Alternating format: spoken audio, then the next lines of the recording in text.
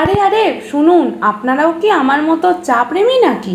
কি জানি, হয়তো গপুও আমাদের সবার মতো একটু হলেও চা প্রেমী। মিষ্টি নিয়ে এক্সপেরিমেন্ট করতে করতে এই বছর জন্মাষ্টমীতে বানিয়ে ফেললাম চায়ের কালাকাঁদ। প্রথমে একটি কড়াইতে 2 টেবিল স্পুন চিনি ও 1 টেবিল স্পুন চা দিয়ে ভালো করে রোস্ট করে নিয়ে চিনিটা গলে যাওয়ার ঠিক আগের মুহূর্তে জল দিয়ে ফুটিয়ে একটা সুন্দর কালার হয়ে যেতেই আলাদা করে ছেঁকে রেখে দিলাম। এদিকে একটি কড়াইতে 500 ml ফুল ফ্যাট দুধ নিয়ে ভালো করে ফুটতে দিয়েছি। এখানে দুধ একদম ফুটে গেছে, অ্যাড করে দিলাম ছেঁকে রাখা চাটা অল্প অল্প করে, যাতে কালারটা সুন্দর আসে। গ্যাসের ফ্লেমটা আমি হাই ফ্লেমে রেখেছি ও সাথে সাথে অনবরত নাড়তে রেখেছি, যাতে দুধটা নিচে না একটুকুনিও ধরে যায়।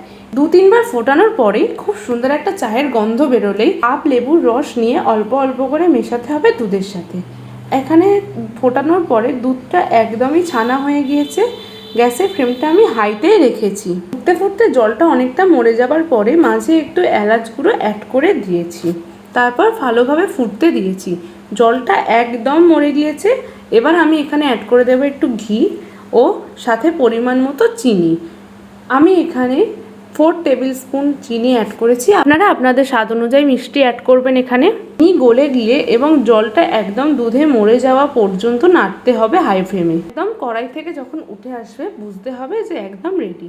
এবার একটি থালাতে ঘি মাখিয়ে আর বেসটাকে ভালো করে সেট করে ফ্রিজে সেট করতে রাখতে হবে 2 থেকে 3 ঘন্টা।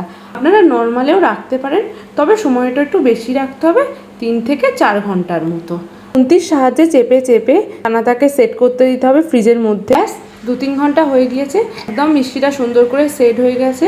থেকে বার করে এনে চৌকো চৌকো করে পিস করে ওপর থেকে কাজু ও আমন্ড বাদাম ছড়িয়ে গোপুর ভোগে দিয়েছিলাম। লাগলো ও কেমন হয়েছে বাড়িতে ট্রাই করে আমাকে অবশ্যই জানাবেন। ভিডিওটা ভালো লাগলে লাইক, কমেন্ট অ্যান্ড শেয়ার করবেন।